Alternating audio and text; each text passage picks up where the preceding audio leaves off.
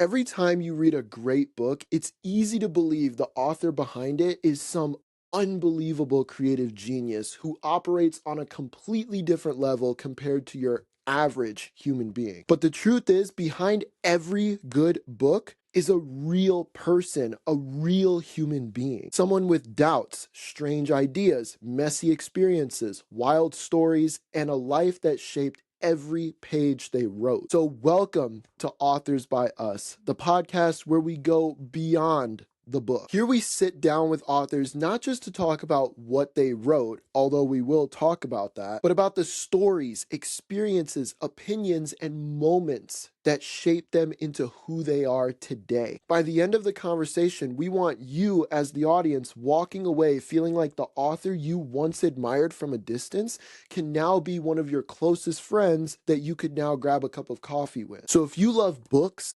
stories, or the people behind them, make sure to hit subscribe and let's meet today's author. I'm here today with Susanna, also known as S.J. Taylor, the author of the Danger by Association trilogy. How are you doing today, S.J.? I'm doing awesome. I feel good. Thank you so much for You having feel? me. Yeah, no problem. It took us a little bit to get the plan going. You've had quite the adventure the past couple days. Maybe we'll talk a little bit Yeah, about that. But here at my Authors whole by life Us, actually. yeah, well, I'm excited to get into that too. But here at Authors by Us, the drill is always the same. We want people to get to know you as a person, as an individual, so we can go beyond the author. So with that in mind, tell us a little bit about your journey before the idea of the Danger by Association trilogy even became an idea. Wow, that's a lot. That's a lot. Um, just one quick PSA here. I do have kids, so they may pop in and out here, just so you know. But That's awesome. what you need to yeah, you go. Thank you, baby. So that's a big question. Mm-hmm. My journey to Danger by Association. I also have a husband here. Yes, this is a podcast recording. The whole family. So, my journey leading up to Danger by Association, there was nothing momentous that led to the moment that I was like, I'm writing a novel. I had always been a writer growing up, whether it was journals from when I was 12 to 21. I wrote music, I sang, played a little guitar type deal. But then I became a mom at 21. And for the first 7 years of motherhood, that was it. That was all I had. And I was really, really struggling in that journey after my third was born. And I just felt very lost. I had nothing for myself. And there was no decision that led up to it. I just remember pulling out my phone. I was nursing my son and I just started writing. I just started writing. And so this story, the song Devil Doesn't Bargain came on. I don't know if you've heard that one. And it was like I just had this whole idea in my head of one scene, and the moment I saw that scene in my head, I had to start writing it down. And that's where I started. There was no big moment. It was a very small, very quiet moment, and that Hmm. moment has changed my life. So What brought on this idea of writing as a child then? Because I feel like it's not a normal thing nowadays to hear of a 12-year-old wanting to write in a journal. So, was there something in your life, an experience that just caused this almost need, this desire to write a journal, and then eventually it turned into a hobby and eventually something yeah, more of a hobby? for sure. One big thing about me that people are usually a little bit surprised to learn is I have 9 siblings. We're a big family. There was 10 kids. You didn't always feel very heard in that kind of Mm, group. You know, it's hard to be seen amidst just this gaggle of children. So that was part of it. My family was also very conservative Christian, and I still am very much a practicing Christian today. But through that, I experienced some trauma as a child, and I didn't really know how to process all of that trauma. within the idea of a loving God at the time.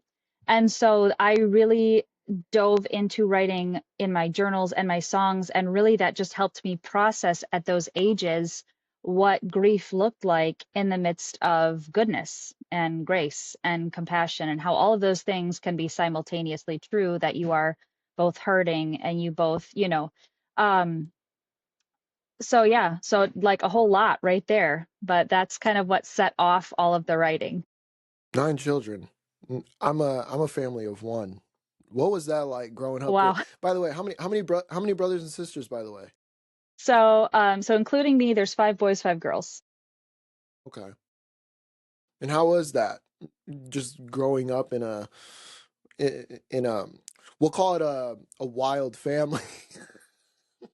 Well, that's the word for it. It was wild. I think back all the time, how did my parents do it? Because when I tell you, I just remember chaos all the time. And most of the time I loved it. I loved the chaos. I loved the noise, and always having, there was never a time where there wasn't somebody to go be with, I was never alone as a child. I Mhm, never felt lonely through those years, because there just was, if one kid didn't like you, there was always another one that was there to hang out mhm. with.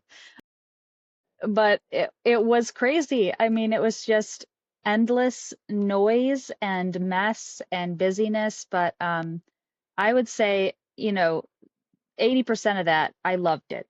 So, So you're among this extreme amount of kids consistently, and you pick up writing as a way to almost find yourself. How long did that journey take you then, in terms of being able to go from I need a way to find my being, who I am, and how I can identify myself, to eventually you found the answer and look at where you are now?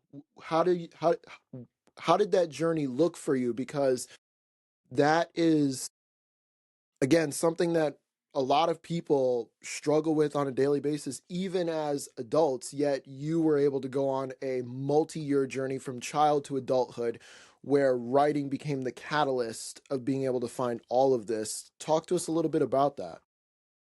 I think about it like this. Not most, all creatures on the planet, right? They gravitate towards their need. And I don't think most, one animal doesn't think I need to go find water. They think I'm thirsty, and they gravitate towards that need. In the same way, I didn't think of, at the time when I started writing, I didn't really think of it as a way to process. I didn't think, oh wow, I'm really going through this deep healing and this deep self-reflection. And I didn't think of any of that. I was doing it out of, I when I do it, I feel better, I feel clearer in my mind. And so through those different stages, transitioning from writing in a journal for my personal, you know, just for personal reasons, and then for branching out into music, which I did share with some friends, and occasionally I'd share it with, I would sing for people, or different places around town. Um, Through that, there were greater moments where I realized this isn't just something I enjoy. This is something that I actually need. Anytime I'm writing something out, I understand it better. And there was a moment I remember sitting between a couple of friends. I was singing them this song, and afterwards, I realized that the words that I had written had affected them. And that moment's very Mhm. prominent in my mind, because I think when I did decide to publish the book that I started writing, that is here with me today, um, I remembered that. I remembered that words are very powerful. And if I have the ability to take words, especially words that come from a lot of the emotions that we don't like to face, right? Nobody wants to face their grief and their pain, and the weight of how that feels. But if I could take those feelings and put them on a page and help people work through those through stories, which is one of the greatest ways that humanity learns. I mean, you can look that up scientifically. Mhm. Then I would feel like I accomplished something. So, That was very profound. I, I had to take a second to process that. The fact that it felt like a need for you rather than just your everyday hobby. But when we were initially messaging on TikTok, to go a little further into that, you talked about you even asked me about is this podcast more of a bookish related topic, and when I told you about how we're trying to help authors like yourself and plenty of others out there who have the talent to be able to showcase their story to the world, you immediately said, I absolutely love that. Did words, beyond just being an author, did writing and sh- you just talked about how your friends were able to feel the effect of the words that you were writing on pages and how that affected their life. How is that? uh, Have you, first of all, have you been able to do that more over the years? And how does it affect you when you realize that your words, whether it's by means of your books or whatever other ways you've used your writing journey to help others, how does that affect you personally? I think that being able to help others feel and heal and process, I think that's a very healing thing for us as well. I remember going through some very deep depression, and my dad was at a loss because he didn't have a child that had gone through this kind of deep, heavy depression the way I was going through it, and he didn't know how to counsel me through that. And he said, I don't know what to say other than sometimes helping people helps. And I really carried that with me because sometimes we come to the end of ourselves and we don't know what else to do. And we feel like because our needs are not being met, well, I'm not going to try and branch out. I'm not going to try and help. It feels like a lot of effort. But it's actually in reverse when we are kind of at the end of ourselves and we take the time to uplift somebody else going through the same thing or something similar or completely different, but they are also just struggling so much, and you're able to lift them out of that. You're able to encourage them through that. It's very healing for you as well. And I think people forget that. I think people forget that when we look at humanity and we see ourselves and we treat them with kindness and with compassion, we can also extend that to ourselves, and that can help us get through our own struggles. So I would say it's been a very healing thing. My stories have a lot of difficult topics, and I try to present them very in a way that's very cautious and mindful of who might be reading. But I've had many messages of just how it's more than just like a story that they'll go back to reread, but it's something that changed the way they thought about their own trauma and their own grief. And that sticks with me. That encourages me to keep writing. Speaking of this idea that you were just speaking about of using, of how writing and it's been able to help you to not only heal yourself but heal others, to compound on top of that, the way you describe your characters in your book, and I actually want to get into your book here, or your books here in a second, but you describe them as being raw, relatable, really Hmm. pulling from extreme real life scenarios. How were you able to truly find that rawness? Was it strictly yourself? Was there other research that came into play? Or was it, because it feels like in order to find that extreme side of things, you'd have to really dig deep to be able to really capture the essence of what it takes to be vulnerable, raw, and all of these other things that come into play. Hmm. I think the hardest part about it is I don't want to just tell people what the characters are feeling, right? The whole point is to make them raw. You have to make them vulnerable, which means you have to open them up and lay everything on the table. And a lot of that does come from me because as authors, we mimic, right? I know only what I know, what I've experienced. Um, I also did a lot of research because, through my own journey, I've had to do a lot of digging into mental health and how certain things affect the mind and the behavior. I mean, everything down to how does it affect the way that our brain works, and I was looking into neuroplasticity because how does, are we able to come back from that trauma? How can we retrain our brain to, to move into healing? And so I did do quite extensive research and but a lot of it does just come from me and my own experiences and having to the worst part of healing is facing what caused the damage. And so I really had to lay all of that out there with my characters. I had to force them to open up to the damage so that they could face it and feel it and experience it so that they could move past it. Mm. And speaking of your characters, that brings us a little bit into the idea of your books. Tell us about the Danger by Association trilogy. What are we getting with this package or this, we'll call it this masterpiece of art that you've put together? Well, thank you. Those are great words. I love those words. Um, so Danger by Association is a new adult series. Most people don't know new adult. It's a relatively new genre in the last decade or so. And that just means you're taking a few different elements. It can be the characters' ages. It can be the like how mature the topics are. They're kind of blend with how easy it is to read a YA novel, but they're a little bit heavier, leading more mature like an adult novel. So it's kind of just blending those two things together and creating something that's easily approachable, but also, age appropriate, I guess. So new adult is typically 18 to 35-year-olds is what they would say if we're giving the party line. But Danger by Association as a whole is a Mafia trilogy. And I just want to be clear because a lot of people think Mafia, they immediately think dark romance and smut. And like no shade on anyone. It's just not what I personally write.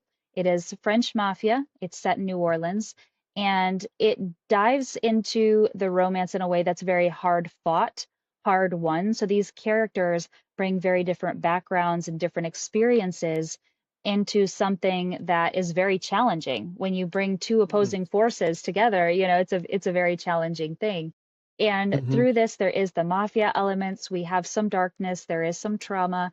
I break it up very nicely with banter, and I do it with characters like we were talking about that are very immersive. You could put yourself in the story and feel like they're your best friends or your worst enemy. I want the awkward moments to feel uncomfortable for you. I want the sweet moments to feel very, tender for you. But overall, it's French Mafia. It's got romance and intrigue. I think it's a good time, and I've been told that it wraps up beautifully. There's nothing open-ended. There's no question about, um, well, I don't want to do spoilers. I guess that's kind of a spoiler. I won't say that. We almost got her. No, I'm just kidding. I know, so close. so, Too so you easy to mentioned talk this. about it. That's a good thing. That's a good thing. But you talked about opposing forces, and is this kind of this idea of almost an immovable object a meets a brick wall? What when you say opposing forces, how deep does that go? Does that ideology go within these books? It's a complex question. So our female main character, she starts off looking very straightforward, very, no spoilers, but she lost her mom when she was young. So her dad's a single dad. He's been taking care of her. He's gotten her through Mm, a lot of tough things like losing her mom and having to navigate life as a young lady. And um, so on the front end, she looks very common. And the further you go into the story, you find out that she's got a lot of shadowed backstory. There's a lot to unpack with Celine. And so she is an unstoppable force. She doesn't know it. She has to go through a lot and she has to work through a lot and she has to heal from a lot to become that unstoppable force. And meanwhile, our mm, main male character, Marius, he's been raised in this hardened environment all his life. And he goes into it mm, thinking, I know exactly who I am. He's the immovable object, right? I know exactly who I am. I know what I want. I know what I'm fighting for. I know what my values are. And by meeting this unstoppable force, he's forced to confront himself. And though the story has its villains and has, you know, the fights and the beautiful violence that comes with the Mafia series, he there are times where he stops and he has to say, am I the biggest monster in my life? Am I the biggest villain in my own life? Um, so yeah, they're very, I like to think that they're very deeply complex characters. And I have a lot of readers who would say that as well. Of course, it all comes down to personal opinion, but One thing that everyone loves, or at least maybe the 99%, there may be 1% that doesn't. 99% of people say that they love a good villain, and you're out here almost creating a character who has to question if they are the villain themselves. Are they the monster that they thought they were either up against, or in general, are they the person that's the real trouble here? Give me your thought process on what it really takes to make a good villain, because everyone loves a good villain, but how do you define what a great villain is? hmm. um, I think a great villain is your everyday person. Truly believe that all people have the equal opportunity to choose wisely or to choose to be a villain. And I think circumstances can, you know, there are people who say, I would never, right? I would never do that. I could never be that. I could never act that way. Mm. They've just never been through the circumstances that would create that perfect storm that would make them into that person. We all have the same ability to become the villain in somebody's life. And oftentimes we are, you know, as we grow up, we fail. And in somebody's life, we are often seen as the villain. And I think villainy is so common. And we often think, well, it's got to be some big, great evil. And it's not, you know, the greatest enemy is yourself when you choose poorly. That's it. I actually love that. If Because thinking back, yeah, you can be the villain in someone's life without you realizing that you are the villain. I like that. I like that. Yeah. I'm gonna take that to heart. You learn something new every day. I mean, you know. Yeah, for sure. But so you talked about how you're trying to, through your books and through your writing in general, you are trying to create a healthier understanding between one person and the next. Now, building that connection is a whole different story. So Hmm. within danger by association, how were you able to keep this idea alive throughout the entirety of the series? Obviously without spoilers, but how are you able to keep this ideal alive and be able to stretch it throughout the entirety of this Mafia storyline? Oh, the people that have enjoyed my series the most, that have related to it the most, are the ones that needed it. So they're Mm, people that needed a different perspective at the time, or people that had just never considered something from certain perspectives. And, you know, I would love to say I have a great in-depth answer for you, but the reality is a lot of the understanding or misunderstanding that comes between people that helps, you know, that keeps us from relating is simply the inability to stop and listen. And so that's the great thing as an author is the whole point of the book, right? Is somebody is sitting down and the whole time they're reading, all they're doing is listening to your words. And so they're able to consider a different perspective without having the ability to immediately shoot back their own opinion. And, you know, in the same way, a great conversation is had when I think oftentimes when we choose to be silent the entire time and listen to gain understanding. And I think that's just the nature of a book is that to relate to people, you know, you just lay out honesty and they read the book without a chance to really like have that communication with you, and then they're able to relate to it. So You heard that, everyone. Listen. That's why you got two yeah. ears. That's why you have two ears. Right. You, That's because you exactly must it. Yeah. listen. Yeah. You chose New Orleans specifically. That is a city of major culture, sound, soul. It's got everything. What made you Everything. choose? Yeah, it has everything. What made you choose New Orleans as the city to build this story within?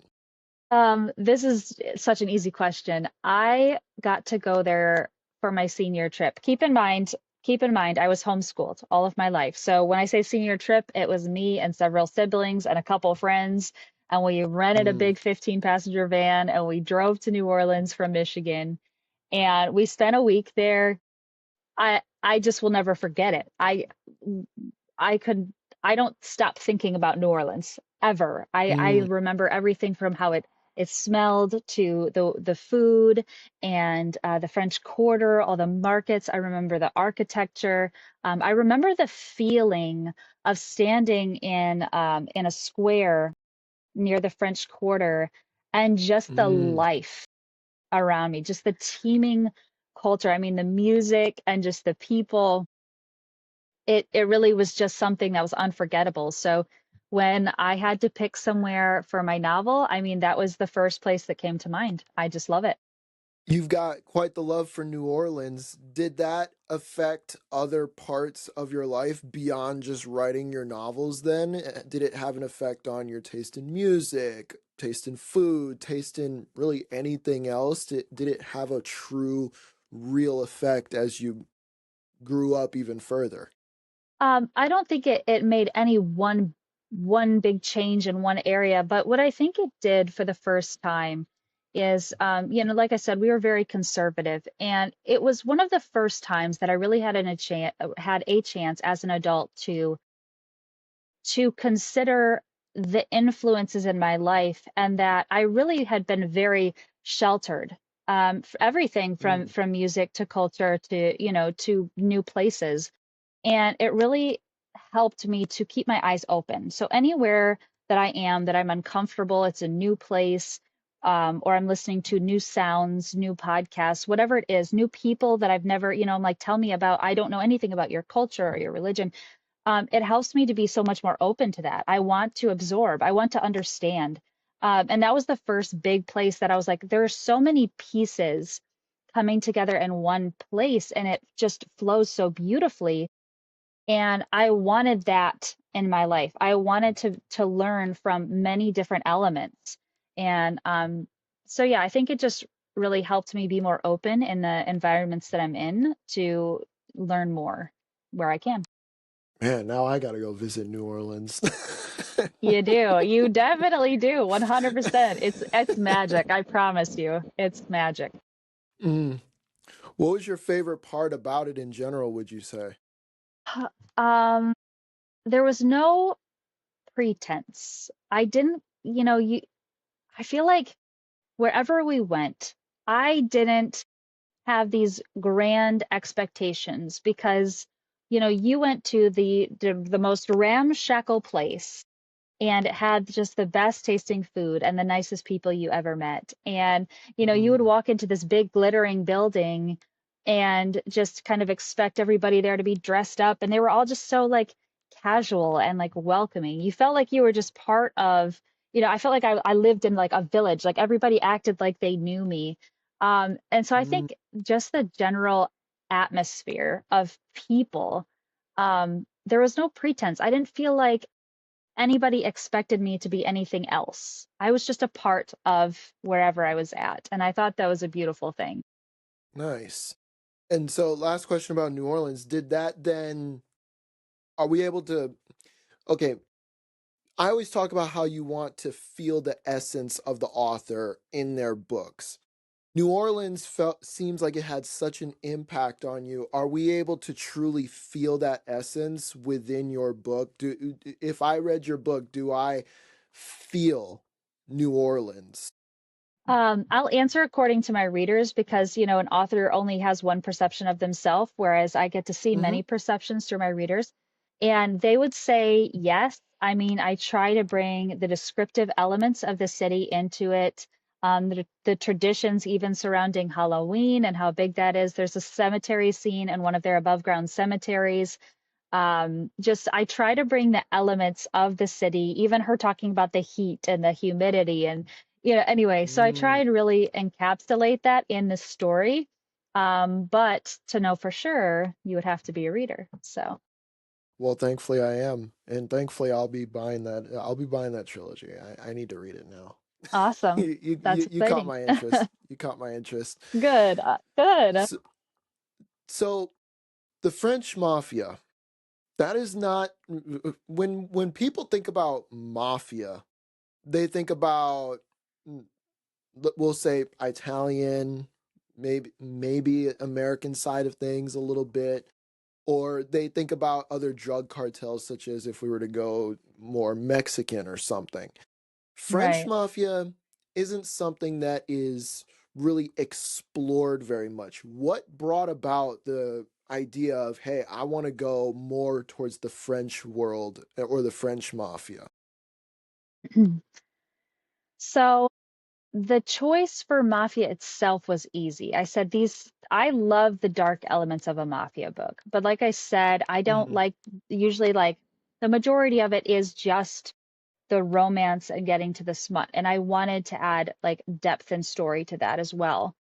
And Mm. so when I thought about the fact that I was putting it in New Orleans, because that was not a question, I thought about the culture and how much French culture impacted the architecture and things, you know, even the language, um, that that's there. So I was like, why not French? And of course I said, I know nothing about the French criminal underworld. I said, is there one? I don't even know.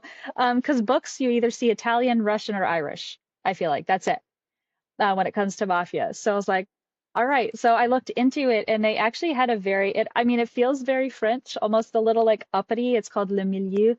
So Mm-hmm. people would not know that term should I use it very much. But yeah, they did have a very extensive criminal underground. I'm sure there's still some of that today. But I really looked into it and I was like, I love this. I love the elegance of the French culture with like the deep darkness of the mafia. And so I said, I'm gonna toss that together and see what happens.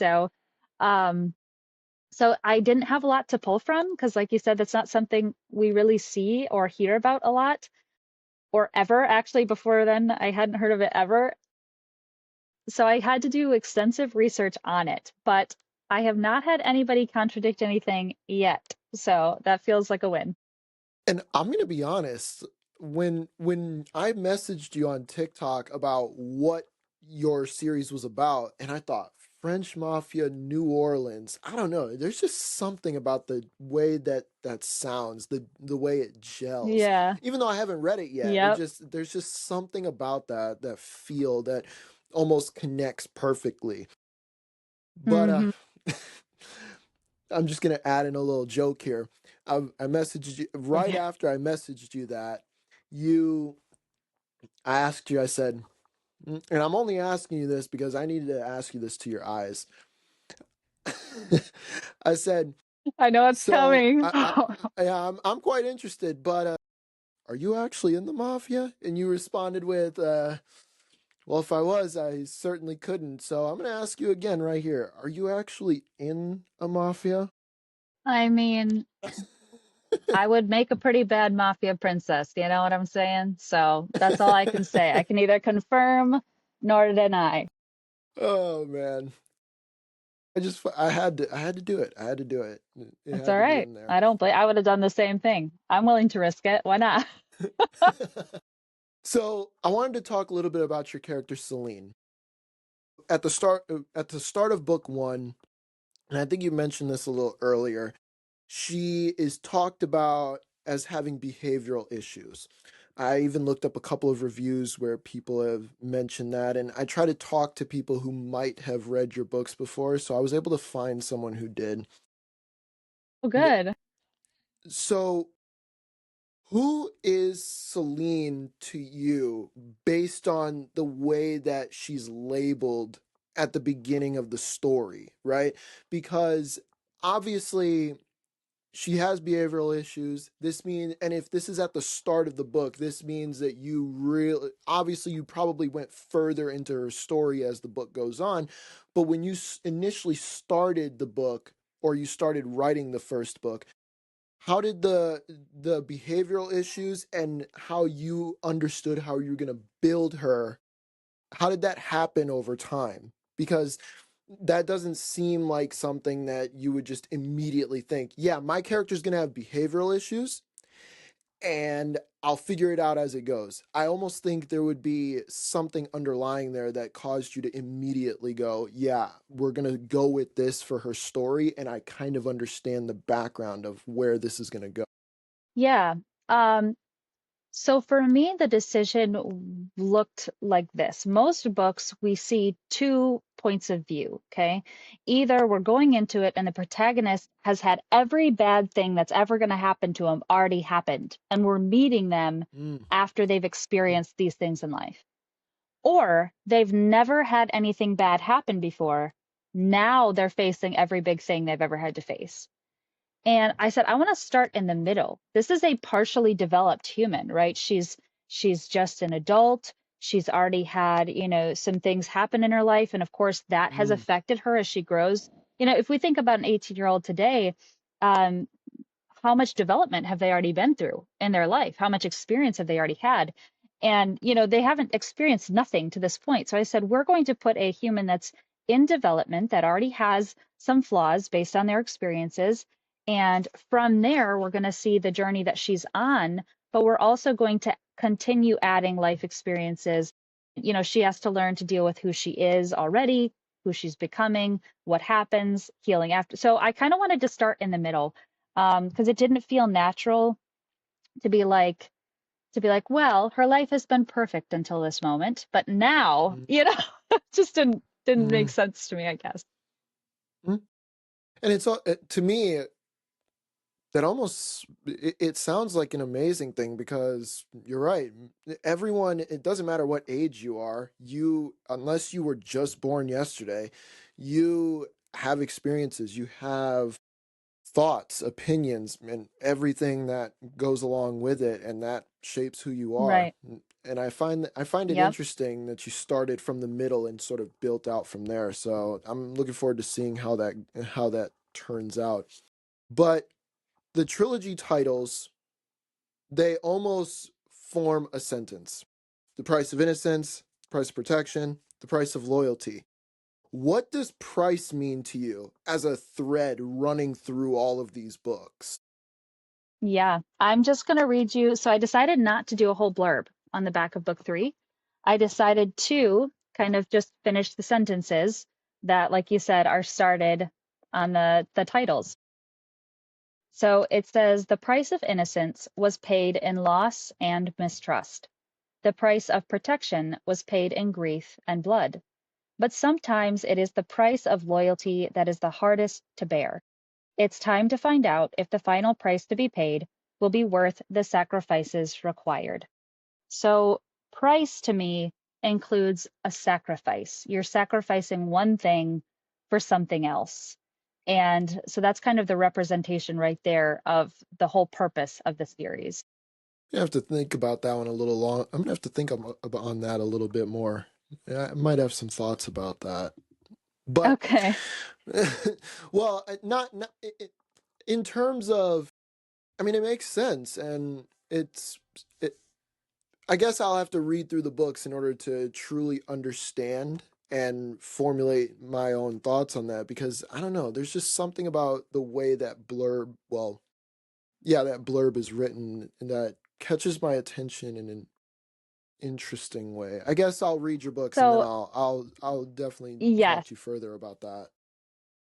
I will say that, with book 1, I tell everybody, right, that she doesn't know who he is when she meets him in the books. And so part of that innocence is simply ignorance, what she doesn't know, what she hasn't had to face before. And so Mm, the sacrifice in that book is really sacrificing what she didn't know, having to face this brand new thing about him and say, in the face of this, who am I? You know, do I morally agree? Do Mm. I, do I run away from this? Is this wrong? And having to find the line within herself. So part of that price of innocence is sacrificing what she didn't know. And once she's faced with something so very, very large and challenging, she has to decide in the face of that, who am I? Man, I feel like I need to read this right now. You probably do. Oh, I mean, I'm just saying. so let's talk about book two specifically, because apparently, now correct me if I'm wrong, but according to what I've seen so far, book two feels like almost a beast and a beauty dynamic. It has that sort of dynamic. Is something that we've seen a lot. But what what about your version makes it not just interesting, but just unique enough so that people almost don't read it and go, this seems almost too similar. Does that make sense? Yeah, overdone. Right. Yep. We do see it a Yeah. lot. Personally, again, my opinion as the author, the reader is always right though, okay? Um, Yeah, of course. book two, there's something called book two syndrome. I don't know if you know about this, but usually when there's a trilogy, book one is your introduction. And book two kind of has to get you to point C where we finish off the trilogy in book three. Mm, And I didn't want that to happen. I did not want people to go into book two feeling like it's dragging or I'm bored. I really wanted to surprise them both with the story, but with the romance. So with the Beauty and the Beast dynamic, there's a lot of big, gruff beast man, dainty little woman, and the whole goal is just to get them together. And I kind of I make it very difficult on both my characters. Sometimes I feel bad.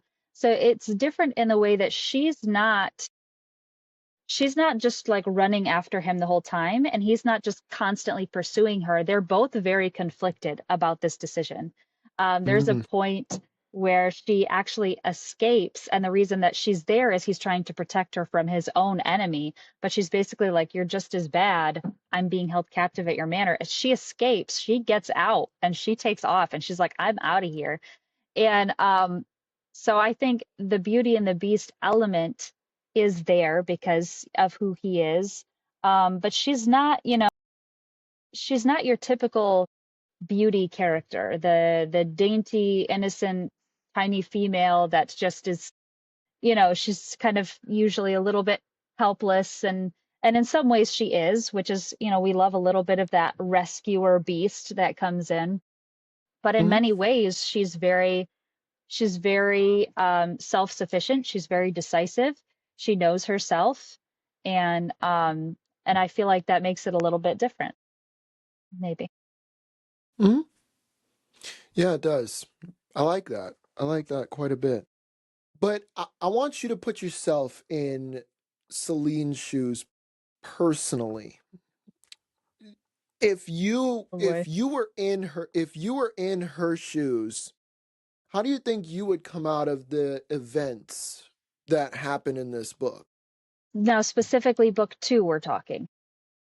Well, I guess we could say the series in general. Do you find that you would make similar decisions to her? Do you find that you yourself would be going in the opposite direction? Do you find that you'd be making completely different decisions based on who you are personally? I would say in many ways, I have made the same decisions as she has made.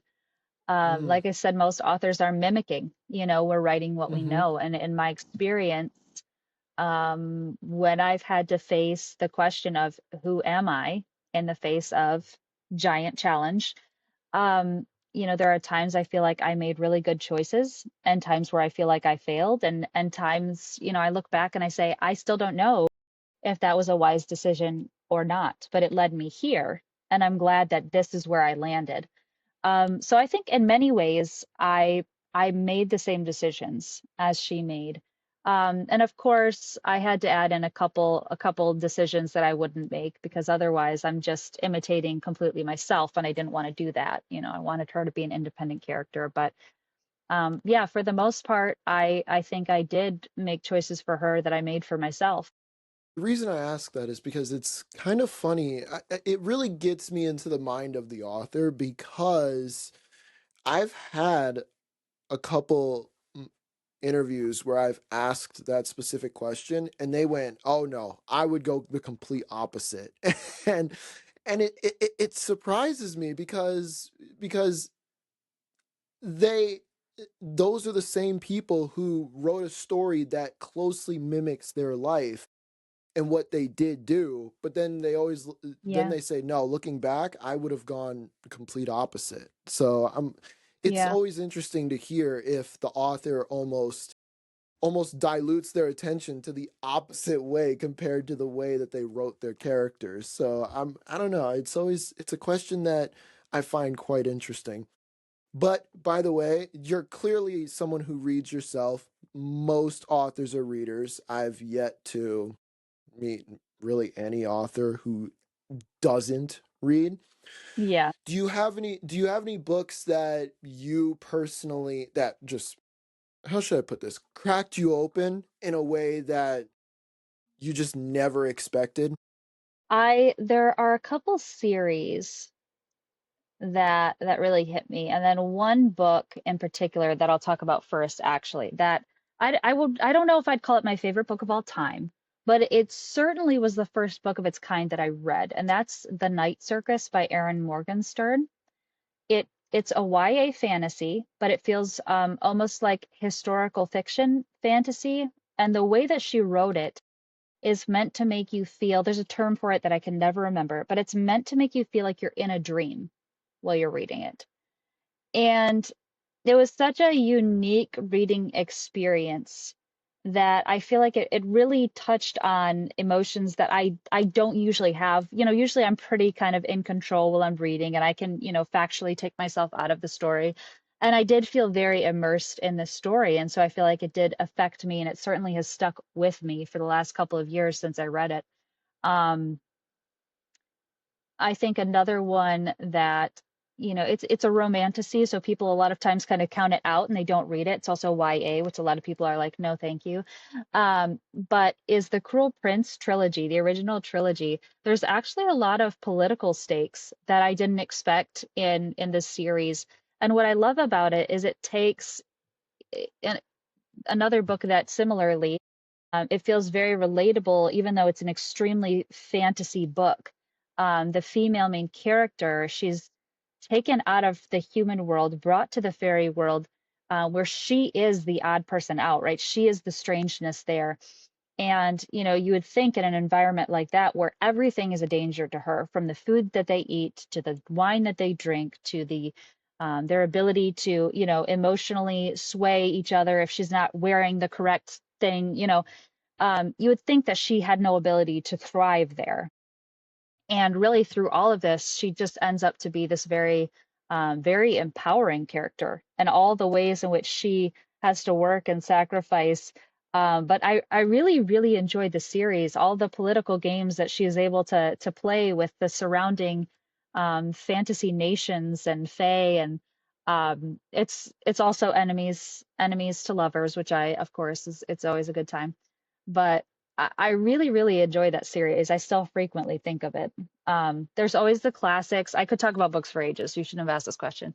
There's always the classics. I do love me some Tolkien.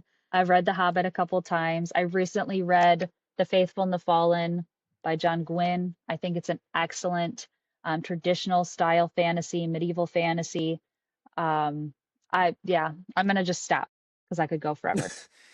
Oh, why do you think we're having a conversation here? I Yeah. love having long conversations. Trust me, I always say whenever I do an episode, I always have to be careful because I swear if I go too too much, I end up potentially having 3, 4, 5 hour conversations. In fact, I had a guest on kind of recently where we went for about an hour and 30, and then after that we were talking for a good 2, 3 hours, and Yep. I looked at her and I went, so why didn't we include this in the pod? And she goes, well, we kind of have Yeah. been talking for 4 hours now.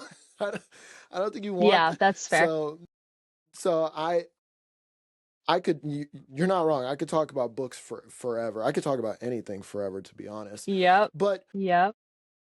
speaking of talking about something forever, what is something outside of being an author, writing books that you just love so much that you could just if you and I sat down at a coffee shop, we'd probably drain all the coffee that they possibly have because we would just be talking about that for 8 hours plus. Oh man. I have ADHD, man. Pick a topic. No, I'm just kidding. Um, so, um, if I'm quite honest with you, I really I love life. I mean, if you literally just started talking about yourself, I could talk about you for hours. I absolutely love my kids. I could talk about homeschooling and just how eye-opening it is to teach the next generation and what it's taught me about education and myself and even just the children that are growing up in our modern culture. Um, I'm not great at talking politics, but I can and I will. And again, I love to listen and learn um, stories, you know. It doesn't have to be real. It can be, like I said, like we could be talking books, we can be talking movies, or we could pick a person and just talk about them. And I'm happy to sit there and just absorb. I really am. So you just mentioned that you could talk about the next generation for hours. I have one thing I want to ask you about that because Okay. nowadays, everything in regards to the arts, as we'll call it, whether that's writing, poetry, and really any other kind of thing that you would consider artistic, is kind of going by the wayside. And it's not because obviously it's our faults as human beings in the way that we've evolved over time, but additionally, it's just something that you don't see very much. You don't see people really reveling in these things anymore. What's your consensus in regards to advocating for people to get back into the arts in any way, shape, or form? My personal views on art.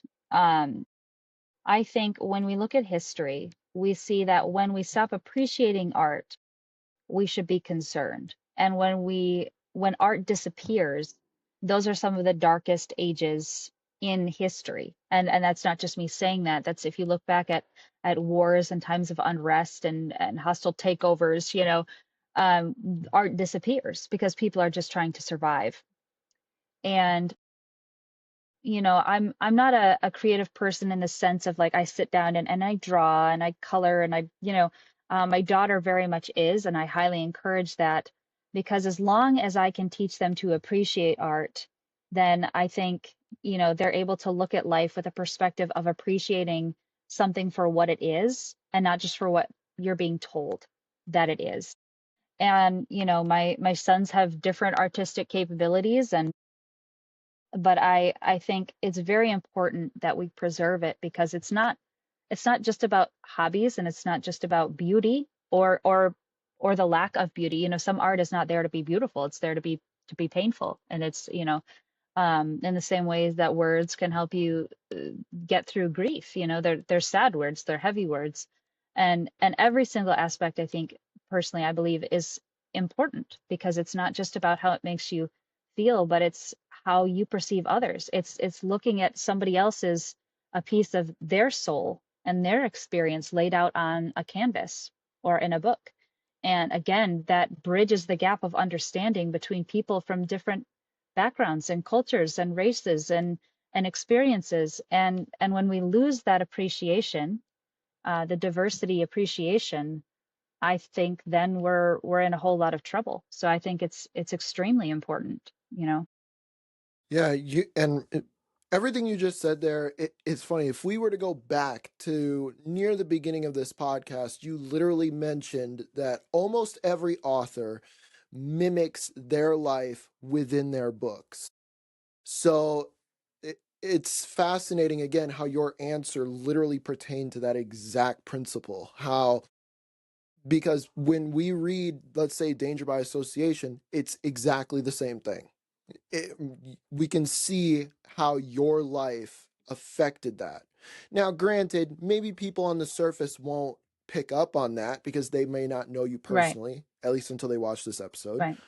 But for the most part, but for the most part, you can at least even make assumptions as to what someone may have gone through based on what it is they wrote. So the fact is, you lose that connection, and you're right, things tend to go very badly. And you are absolutely correct. History has proven that over and over again. Yeah, But speaking of people connecting with you between your book and you as a person, for example, when I pick up Danger by Association, happening very soon, then I close it for the final time after reading all three books. What is that last thing that you're hoping people take away from your books?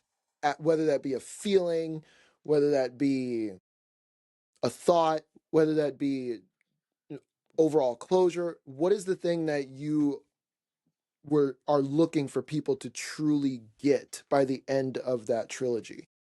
yeah. Um, I know exactly what it is, and I always want people to hear my heart in this. Sometimes brokenness doesn't fully go away, but you can still live Mm, and thrive amidst that. You know, we are not our past. We are not our pain. We have that with us. We have that experience. We have that memory, but I don't have to live in it. And I think, you know, when I'm tempted to sit in depression and anxiety and, you know, that mentality of what I've been through makes me a victim, it's an active choice. It is an active choice to not sit there, um, to not lose myself into that. And I want people to see that no matter your experience, that is not the whole of who you are. And you can still have a life that means something beyond that. mm, Sorry, that that hit, that hit. Sorry, I just wow. Great thought. Great Well, thought. good. The work On is done. You don't even have to read it. No, I'm just kidding. I'm just yeah, kidding.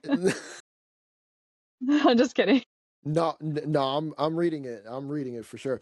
But on Good. your TikTok, I'm looking at it right now.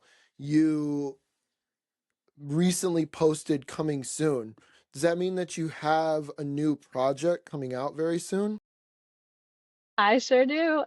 It's gonna come out in August. I'm Awesome. so Tell us a excited. little bit about that. So this one, I wanted to have a little bit more fun. Like I said, like Danger by Association does have fun in it and it does have banter, but there's a lot of heavy. There just is. There's a lot of Hmm. darkness, there's a lot of heavy. Yeah. So I'm a big fan of pirates. Anybody who's known me for, you know, longer than like a day All pretty right. much All right. knows that I love I'm already pirates. buying it. I'm already buying it.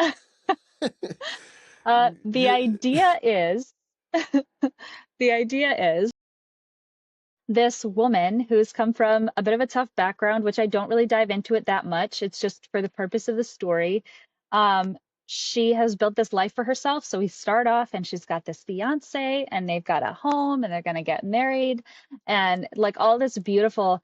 And she finds out very quickly that maybe she doesn't have the beautiful life that she thought she did.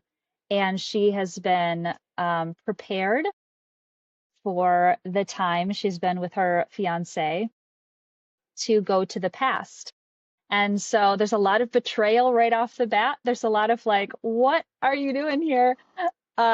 And she is sent to the past. I mean, she literally, we go from like my life is great to, wow, this person's acting strange to, there's no way time travel is real, right? And then she's in the past. Here we are. She's in the golden age of piracy.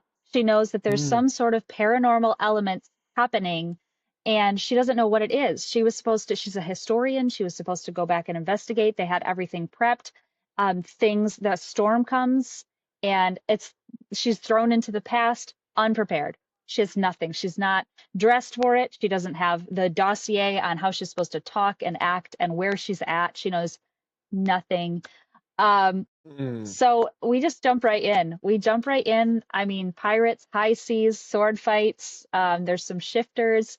There's a little bit of a mystery element to it until we get to that point. But yeah, I mean, there's prophecies, there's sea shanties. It's gonna be a good time for you guys. Yeah, I can already you can already tell I'm excited. I love pirates. I absolutely love pirates. I In love fact, pirates. one of my favorite books of all time, I use it right here for my microphone, the Shogun series. I absolutely love Yep, this series as a historical fiction style series yep, by James Clavell. I love this yes. series so much. It's one of my top favorites of all time. So, as soon as you said pirates, I I was like, sign me up immediately. No question. I Real quick know. though, I actually didn't ask you this earlier. I should have.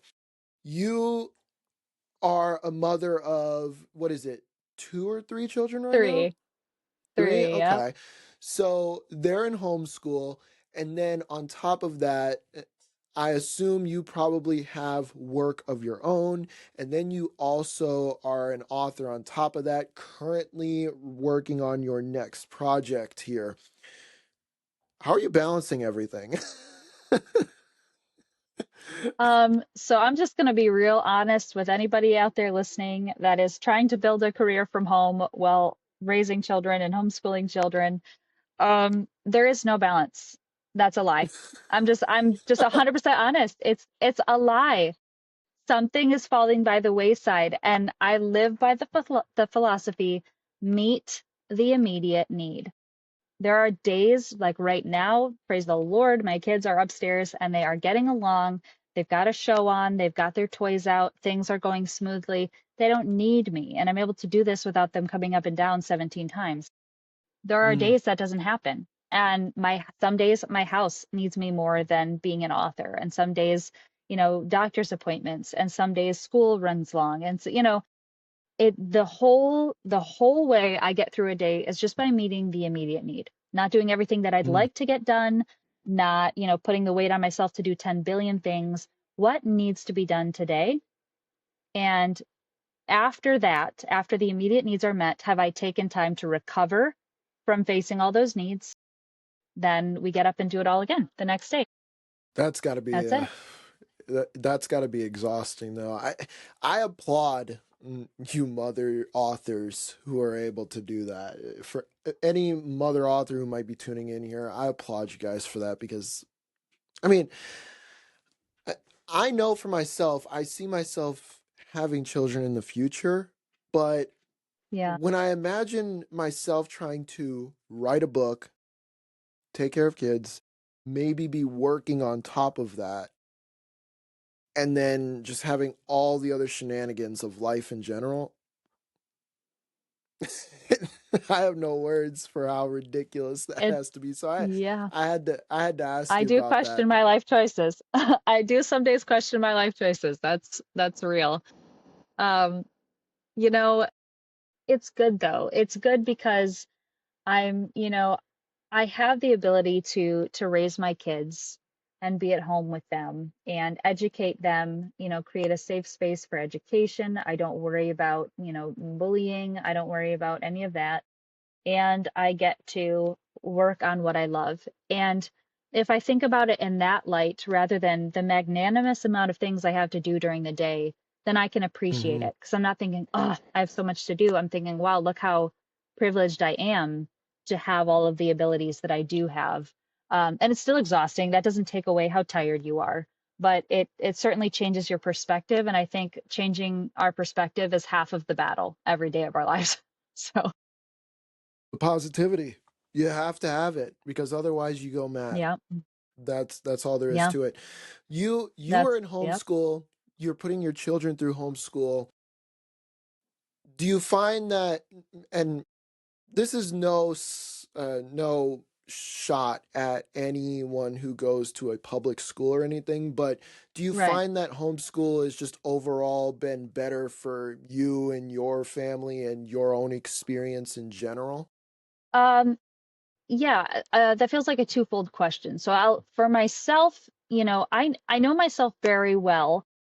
And I know that as a teenager, I would have gotten myself into a lot of trouble had I been in public school personally. I know the myriad of things that I would have just the heartaches I would have caused my parents, honestly.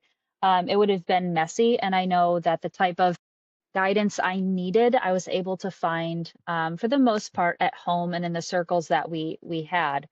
For my children, there are days we have concerns about socialization and things, and then other times I'm like, wow, I'm so glad that they're not socializing in certain parts of this world right now, honestly. But all of that it's something we have to challenge ourselves to get them out and to find co-ops and groups and churches. They're a part of places, they're still experiencing life. Um, Overall, again, I have nothing against public school. And a lot of times people are both working, they have to have their kids in public school. That's just how it is. Hmm. Um, Overall, I do think as long as you have created a safe environment at home, it is the safest place, for your kids to be learning. And you get to teach them things that the school system is not. I'm actively choosing every day aside from their general curriculum, what are they going to be learning alongside me? I'm teaching them life skills, and they don't have to be in school 8 hours a day, coming home overstimulated and exhausted with more work to do that they brought home from school. But all of that depends on the type of environment that you create. So if I'm having a rough day, it's not the best environment for them. They're stressed, I'm stressed, and that's reality. But for the most part, it is, they enjoy being home. And I know that because, if I go sit in a room, they'll just kind of gravitate. If my husband goes to sit in a room, they gravitate. They want to be there with you. And that tells me that we've created a safe enough environment that they are thriving where they're at. Yeah, I personally agree. I also went through, well, I went to public school until sixth grade, then I went into homeschool. And for me, it was more so an independence thing. I just, Hmm. I found it better for myself to be able to just be more independent. And Yep. unironically, that allowed me to graduate 2 years early. So Yeah. I I absolutely agree when it comes to homeschool. Not to take any shots at anything, but personally, Right. for me, the independence factor was huge and it helped me to excel a lot more. But For sure. we've learned quite a bit about you so far, but I want to ask you this. Here at Authors by Us, the big reason why I made this podcast is because of the way that avid readers, especially, look at authors. Because you guys Mm, deserve all the praise. You guys are so talented. Even if you want to sit here and say you're not that talented, you are. The fact that you've been able to do something that 99.9999999% of people just won't ever do is incredible alone. yeah. But that also leads to the side effect of people just looking at you as an author, as an Yeah. incredible talent, or as someone that should just be looked at with awe. But the way I see it is I want people to now look at you as a new best friend, that they could sit down with you at a coffee shop for hours and just talk and have the absolute best time. So, with that in mind, Right. is there something about you that people will not find in your books? They couldn't even assume that this something about you. What is something about you that you would love the audience to know about you that there's just no way they'd find out about if they read your books? Um, well, these first books, for sure. You won't learn very much that I absolutely love to laugh, that I can easily find joy and romanticize life. And I love to be invested and interested in the person sitting in front of me. So, I mean, aside from kids coming in and out, I very much, if you're there with me, I have an interest in you. I'm invested in you as a person and as a whole. And I'm a big believer in I don't have to agree with you, but I'll hear you out. I'll hear you out and I'm invested. I care about what you have to say, even if it's not what I agree with or believe in. I care that that is your point of view because it tells me about you. Um, so overall, I want people to understand that I value the individual so much. Like I really genuinely care about people. I care about their well-being. Um, and yeah, I love connecting. And you've shown that today in this conversation. You've shown that in your book with your characters. And you show that every day you post on your very own TikTok. So, with that, I want to thank you so much for coming on, SJ. This was an amazing conversation. It's always so fun to, and I swear, I'm gonna have too many books. This podcast is going to kill me when it Fine. comes to books It's all because I right. swear No such thing. every time every time I do an episode, midway through, you'll hear it in almost every episode. I gotta get that book. I have to now. I have no Yep. choice. And your trilogy's now it's now on the list, and your new pirate book is on the list as well. So, but again, Good. thank And you you've got so some much. time. That one is not even out yet, but Yeah, true. So again, I want to thank you for coming on, and I'm looking forward to seeing how things turn out for you as we move forward in 2026. yeah, thank you. I had a great time. Welcome to the Authors by Us Closing Thoughts, where we discuss some of the biggest lessons and cool things that we learned from today's episode. And maybe you guys can have a discussion with me as to what you guys thought was really cool from this episode. So, I want to kick things off right away by discussing a point that SJ talked about quite a bit in the pod, actually, and that was the tendency that authors have to mimic or bring the essence of themselves into their books. And it's funny because this is one of those things that's so simple, but it's also something that we don't tend to realize all the time, whether we're beginner readers, intermediate readers, avid readers, it doesn't matter. Because what happens is we get so engrossed into a story, into the tension, into the events that are occurring, that we also tend to forget that in some way, shape, or form, 99% of circumstances, the author played some kind of role here. Now, of course, unless SJ is truly a member of the Mafia, of course, this is not full on realistic, right? But in some way, her life did play a role in the creation of this book, from the trauma and depression that she dealt with to the trip to New Orleans and how that affected her thoughts on culture and on taste and all these other things.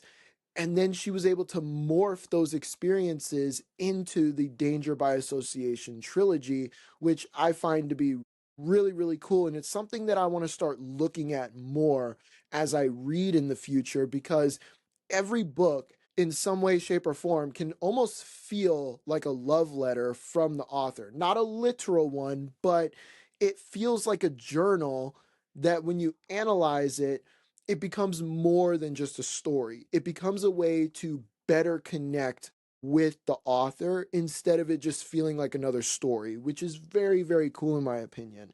The second thing I want to talk about is the question that I ask all the time to my guests, but I think SJ highlighted something here that is quite interesting, and that's the advocation of the arts, whether that be dance, singing, writing, music, whatever form of arts or artistry that you are in, it's something that we cannot allow to go obsolete. And the reason for that, SJ's clarification of that was so impactful, in my opinion, because looking at history, the best time periods where things were at peace, where it felt like life could not get any better, were those times where the arts were the major factor, right? Because at the end of the day, the arts, in any way, shape, or form, that's the way that you are able to express yourself. That is the way that you are able to build connection, build bonds with other people. And when you take that away, now life becomes boring. It becomes unfulfilling. It becomes something that people don't look forward to every day. And I think her explanation of how, if we look at it from the extreme point of view, and how the worst times in history had no form of arts whatsoever, whether that was during times of war, whether that was during times of depression, famine, all these other things, the arts were not present. And that is a very interesting point, because it goes to show that in some way we need the arts. We must advocate for them, because whether it's writing, whether it's music, whether it's any sort of artistry, so paint, drawing, etc., all of these are things that help us to move our, not only ourselves forward, but allows us to just connect with other people. So, and then of course we avoid the negative things along the way, such as the extremes of wars, but also just the other things of life feeling boring, life feeling unfulfilling, right? We're able to leave those things behind because we have something that is truly expressive and something that we can pursue to the fullest. So definitely something that I want to keep in mind moving forward. But the last thing I want to discuss real quick here is the way that SJ truly wrote her books. Now, we all know how stories tend to go. You start at the beginning, you have that initial setup before you eventually reach a climax where things start to get bad. And as things start to get bad, then all of a sudden you reach a point where it feels like it couldn't get any worse, right? This person has hit literal rock bottom, and there is no way that it could be any worse for them. But then after that climax, or the tension, right? You then start to get to the payoff, right? Where now they're starting to deal with these problems. And then over time, you get to a point where you hit that payoff, and there you go, happily ever after, depending on the style of book that you're writing or that you're reading, right? But the fact that we, from SJ's point of view, she wanted to create characters that already felt full, in the sense of, when you think about it, even if you're young, even if you're someone who is 18 years old, 15 years old, whatever, you've had experiences, right? You have opinions, you have thoughts. It's not like you are an empty shell of a person. And so the idea of her taking her characters, Celine and Marius, I believe, and basically right from the beginning of the story, showcasing how these guys have not only lived through some stuff, but they have brought that experience forward. And now the story is almost a question of, do they take steps backwards and sort of fall into the traps that they were in initially as they were growing up? Or do they take steps forward and start to get over those issues and eventually find a way to resolve those problems and truly come out the other side better, right? And I think that's a very unique way of building a story, because it's not something you see very often. Most times you may start in the middle, but you don't really get the exploration of that, right? At least not until you get the origin story. Normally, if someone starts in the middle, it's normally a situation of, you just start a story right from the middle, and you go until you eventually hit a point where you need to bring up a flashback or an origin story.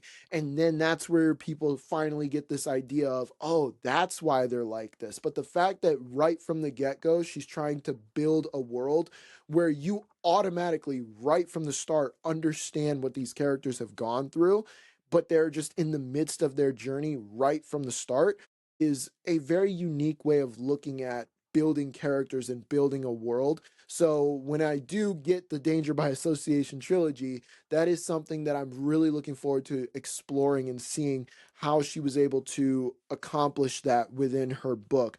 But with that, let me know what your guys' favorite part of this episode was. Let me know what some of the lessons you learned from it were. And with that, I hope you enjoyed this episode. I'll talk to you next time.